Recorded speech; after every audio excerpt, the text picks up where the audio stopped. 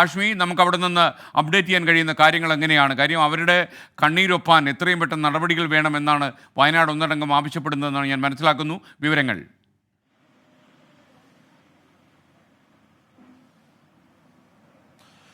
ഇന്നിപ്പോൾ 8ാം ദിനം ഏറ്റവും ശ്രദ്ധേയമാക്കുന്നത് ഇന്ന് കാണാതായവരുടെ ആദ്യ പട്ടിക ഇന്ന് പുറത്തേക്ക് വരുന്നുള്ളതാണ്. ഏറ്റവും പ്രധാനമാണ്.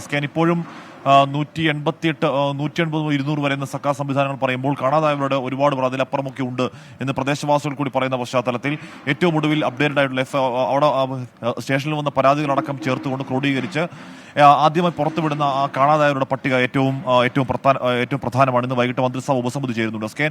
അതിനുശേഷമാകും ഒരുപക്ഷെ ആ പട്ടിക പുറത്തേക്ക് വിടുക.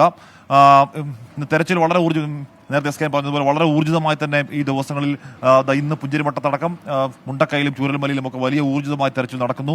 ഈ സ്കൂളിന്റെ വെള്ളാർമല സ്കൂളിന് അകത്തേക്ക് വരെ കയറി JCBകൾ ചെറിയ മണ്ണുമാന്തി യന്ത്രങ്ങൾ കയറി അവിടെയുള്ള പരിശോധന നടക്കുന്നു. കടാവർ ഡോഗുകൾ, ഈ കേനൈന്റെയും ആർമിയുടെയും മീററ്റിൽ നിന്ന് കൊണ്ടുവന്ന പുതിയ 4 കടാവർ ഡോഗുകളടക്കം അല്ലെങ്കിൽ കടാവർ പരിശോധനയ്ക്കുള്ള നായ്ക്കളടക്കം വളരെ ഊർജിതമായ പരിശോധന നടക്കണം. അതിനിടയിലാണ് ഈ SGRM സ്കൂളിൽ അല്പസമയം മുൻപ് വ്യോമസേനയുടെ, ഇന്ത്യൻ വായുസേനയുടെ ഹെലികോപ്റ്റർ പറന്നുയർന്നത്. 12 അംഗ സംഘം അതിലുണ്ട്.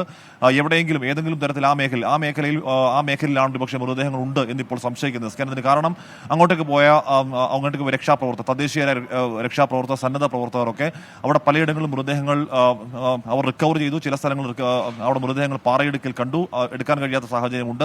അപ്പോൾ ആ മേഖലകളിൽ ചാലിയാർ പുഴയുടെ സൂചിപ്പാറ മുതൽ അങ്ങോട്ടേക്ക് പോകുന്ന ചാലിയാർ പുഴയുടെ വനപ്രദേശങ്ങളിൽ അകത്തേക്ക് മനുഷ്യനെത്തിപ്പെടാൻ കഴിയാത്ത ദുർഗ്രഹമായ മേഖലകളിൽ കൂടുതൽ മൃതദേഹങ്ങൾ തങ്ങിക്കിടപ്പുണ്ടോ എന്നതാണ് ഇപ്പോഴുള്ള സംശയം.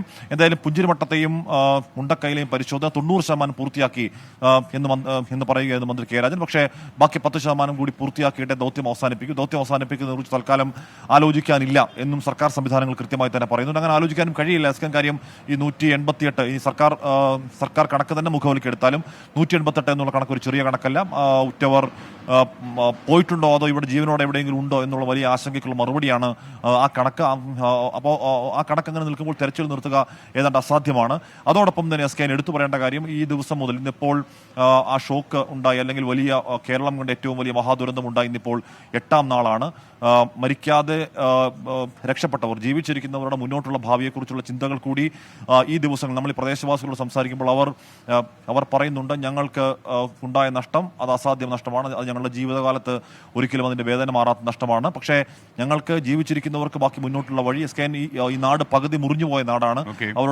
അവരുടെ ജീവിതവും ഉപജീവനം അടക്കം ആ നാട്ടിലൊന്നും ഇനി ജീവിക്കാൻ കഴിയാത്ത മണ്ണ് അങ്ങനെ തകർന്നു പോയ നാടാണ്. അപ്പം ഞങ്ങൾ അങ്ങനെ മുന്നോട്ടേക്ക് ജീവിക്കുമെന്ന് അവർ ചോദിക്കുന്നു.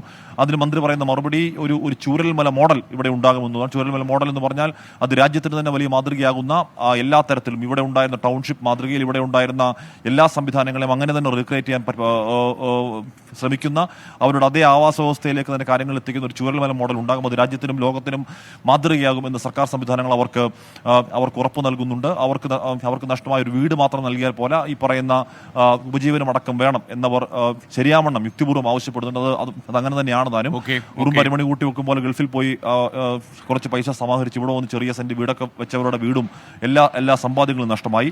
എന്തായാലും ഇന്നത്തെ ഇനിയിപ്പോൾ ഏറ്റവും ശ്രദ്ധേയമായ കാര്യം വൈകിട്ട് ഉപസമിതി യോഗമാണ്. അതിനുശേഷമുള്ള വാർത്താ സമ്മേളനമാണ്. ചില നിർണായക പ്രഖ്യാപനങ്ങൾ അതിൽ പ്രതീക്ഷിക്കാം.